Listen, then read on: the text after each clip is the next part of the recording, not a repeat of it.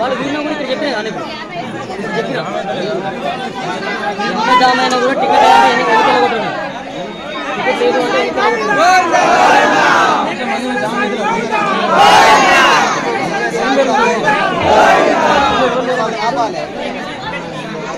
అంటే